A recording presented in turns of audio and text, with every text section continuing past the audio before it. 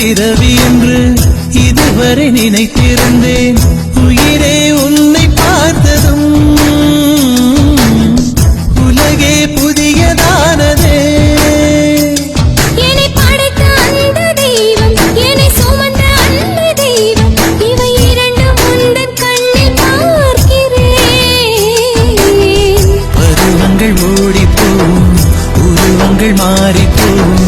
உன் மீது கொண்ட காதல் உயிரையும் தாண்டி வாழும். சொன்னதெல்லாம் இனி நடக்குமா?